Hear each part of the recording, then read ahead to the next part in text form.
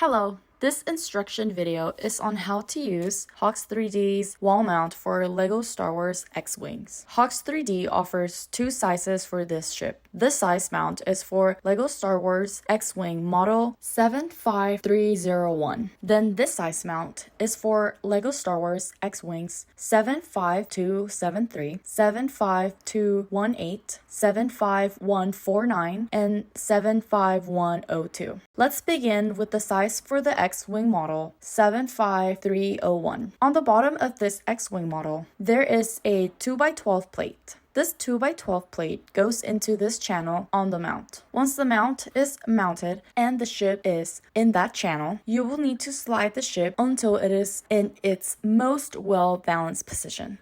Moving on to the mount size, X-Wing model numbers 75273, 75218, 75149, and 75102. On the bottom of these X-Wing models, there are these inclined pieces. These pieces will go into this channel on the mount.